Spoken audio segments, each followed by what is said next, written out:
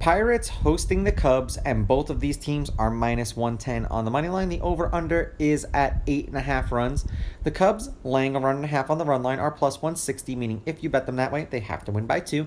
And the Pirates, getting a run and a half on the run line, are minus 180, meaning if you bet them that way, and they win this game outright, you win. They lose by 1, you win. I don't know why I paused there for a second. Hendricks pitched twice against the Pirates last year, 3 2/3, 6 runs, 6 earned. They lost that game 6-2. That was in Pittsburgh, and he struck out 4. And then he bounced back with 7 shutout innings in a game that they absolutely opened up a can of whoop ass on the Pirates, 21-0, and he struck out 2 batters in that game. Hill pitched once against the Cubs last year, wasn't not as a member of the Pirates. 4 2/3, 3 runs, 3 earned. They lost that game 6-5 in Chicago, and he struck out 3. The Cubs are 3-2 as a team in Hendricks' 5 starts. They've won his last 2 starts.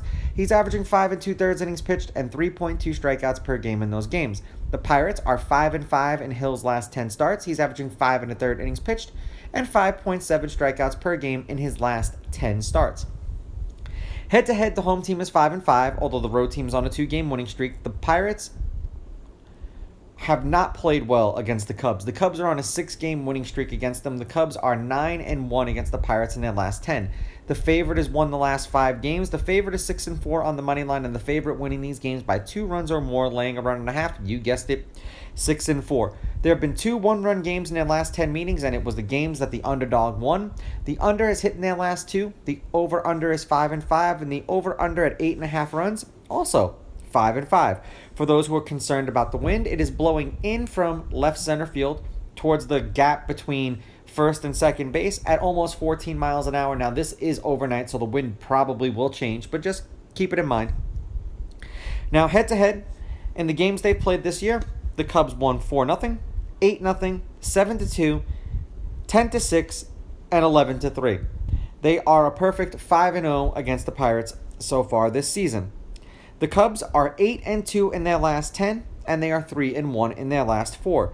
The under has hit in their last 2 games, and the over is 6-4 in their last 10. 5 runs, 9 runs, 8 runs, and 4 runs. 3 runs and a win, 3 runs and a loss, 8 runs and a win, 4 runs and a loss. To think that they've shut out the Pirates in consecutive games. Now, for the Pirates, they are on an 8-game losing streak, and they've been shut out 3 out of their last 4 games that they've played. 5 runs, 7 runs, 8 runs, and 4 runs. No runs and a loss, 2 runs and a loss, no runs and a loss, no runs and a loss. The under has hit in the Pirates' last 4 games, and the under is 6-4 in their last 10. Cubs with the money line, Cubs laying the runs, and the under.